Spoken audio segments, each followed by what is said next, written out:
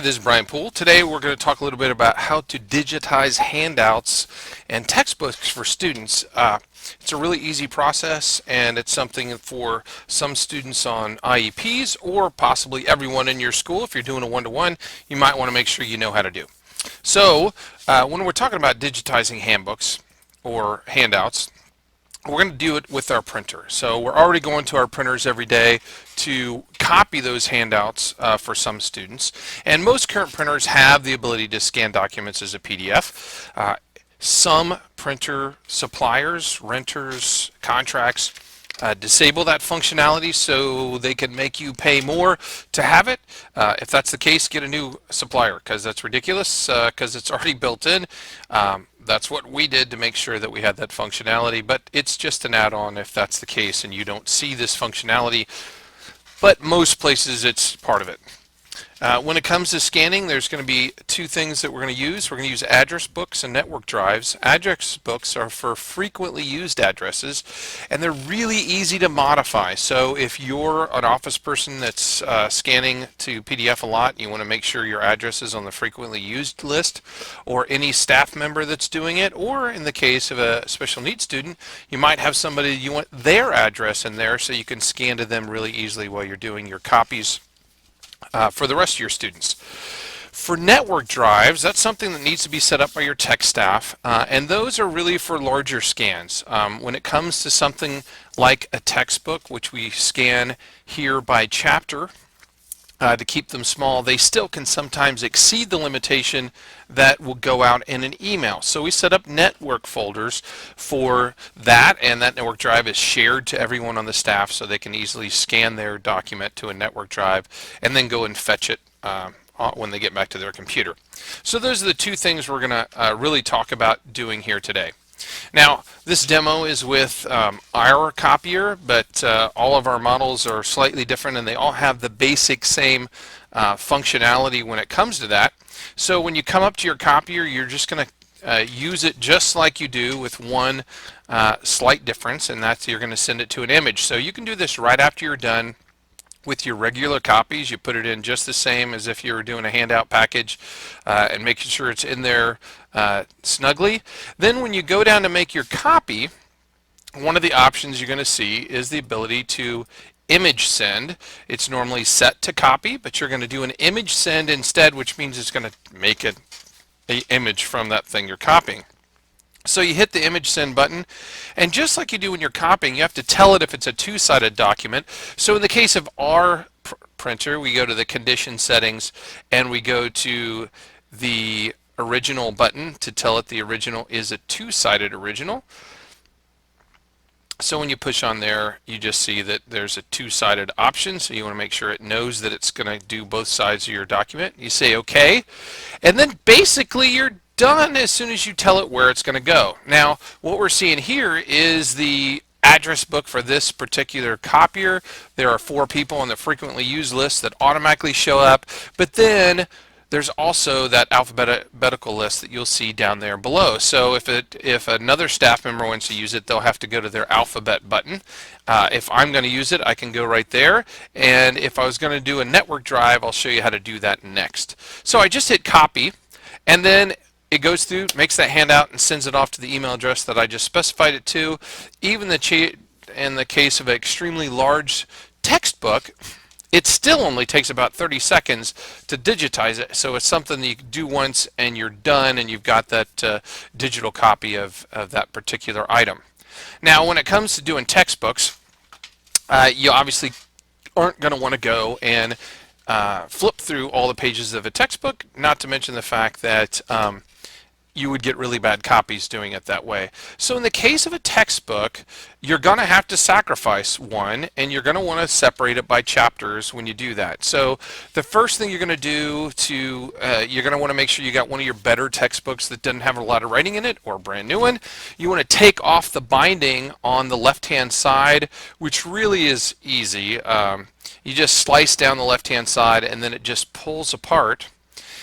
And once you pull those chapters apart, you're going to want to scan them by chapter. So using a nice industrial size paper cutter is your best friend here. You're going to want to make sure you get a nice even slice, and I wouldn't do it with one of those cheap ones that some of us have in our classrooms. This one's got a nice lever that puts pressure on it and makes it a perfect cut when you do it. So hopefully you've got one of those accessible in your teacher center that you'll be able to go and cut off all the glue binding at one time.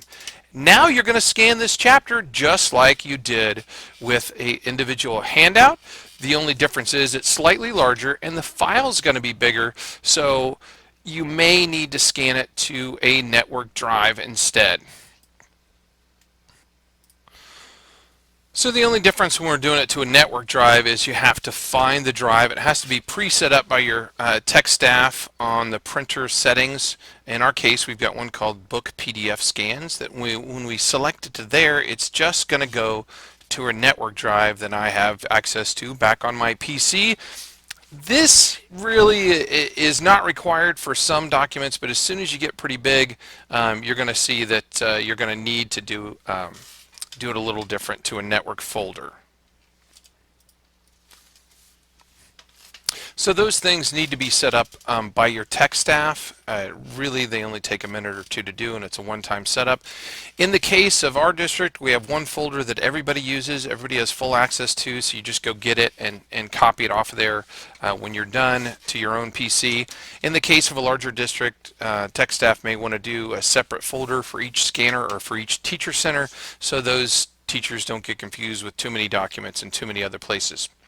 Here's a couple documents scanned from the copier, and they're sent to us, and when I go here I can just click right there and save that document to Drive and say I'm going to put it with my textbooks in my textbook folder, and I'm going to move it there, and I'm going to do the same thing with the other scan.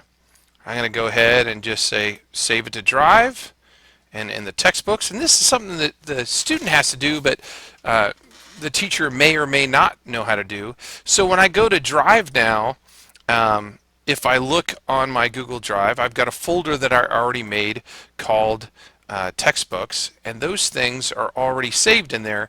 And you can see I did the network folder thing with a couple chapters of an 8th grade health book just to throw them in there to show you that those can be easily dragged and dropped in there just as well. So if you had something like our drive for textbooks, you could go to that drive. I'm going to bring that over here, and so any of these books have already been scanned, and if I wanted to put the biology textbook on this student's, I just drag it right over there. It's going to upload into Google Docs, and again, I'm done. Hi, so what do we do with this after it's all done? We can use those scans to post our textbooks online. I've got it posted in my learning management system in my course. We can also use it to either email or share them in a shared Google Drive to our students. That's another way to share that those resources digitally to our students. And we can post those as activities. Now, one of the things that a lot of people don't know is that we can use something called Kami on a PC or a Chromebook that allows us to interact with PDFs as well. So I've got this rubric on my class, and I have Kami already loaded. I'm going to say new copy. And Kami is just an add-on to Google Chrome that allows us to interact. Now, I'm using the paid version. Some of the things in the paid version, well, most of the things in the paid version are also available on the free version. The nice thing about the paid version is it lets me do a couple other things, like using a screen reader and using speech to text. Those two things, text to speech and speech to text, are not available in the free version. But I've got this PDF that maybe I want the students to interact with. Now you can see there's text tools. They can type onto the PDF. They can answer questions on the PDF. File is not uploaded. Oh, okay, I'm going to go ahead and save it to Drive. When I save it to Drive, I can share that document as well. I don't know why it just came out to do that all of a sudden. I can go and I can draw and mark on those things if I tell them to grade themselves on the rubric, and I realize I'm not a good mousy drawer. Basically, it makes a PDF form completely interactive that they can do homework completely online without ever having a piece of paper, and then they can submit it back to you. So let's say this was a worksheet and my students filled in all the answers, or in the case of this one, maybe I said, hey, tell me what you would grade yourself on the rubric, which is required in my class, and they grade it, and then they send it back to me by hitting this share the document, and it says, hey, how do you want to share it? I'm going to share it only to people in my domain, or I could say anyone with a link is a viewer or an editor. However I want to share that. You can see it's pretty easy, radio buttons. But then all I do is copy this right here. That's the link it just made. And then I just email it to the person as a submission, or if you have a learning management system and you want to have them submit it as an upload, same thing with Google Classroom, you can take that link and then just put that link back in the assignment. So if this was an assignment in Moodle, you could just make that link be your submission, and then I'll be able to click on it, open it up, and see this document that the student has filled out.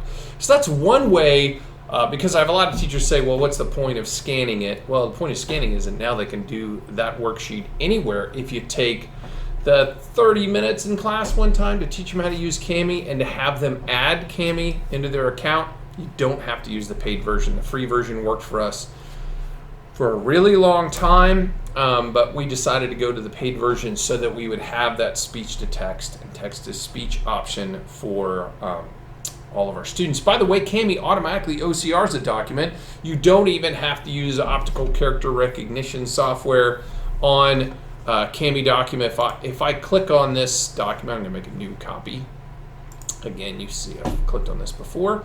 Traditionally with a document, you cannot copy that text if you just turn it into a PDF, because it's really a picture of the document.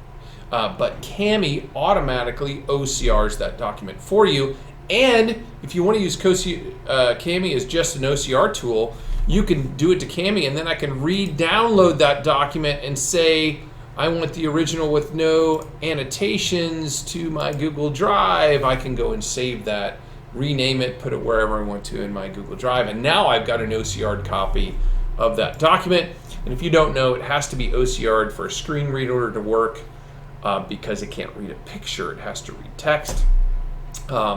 And for them to copy and paste to and from that document if you want them to be able to. Mainly I do it so that the screen reader will work to kind of meet UDL for my classes.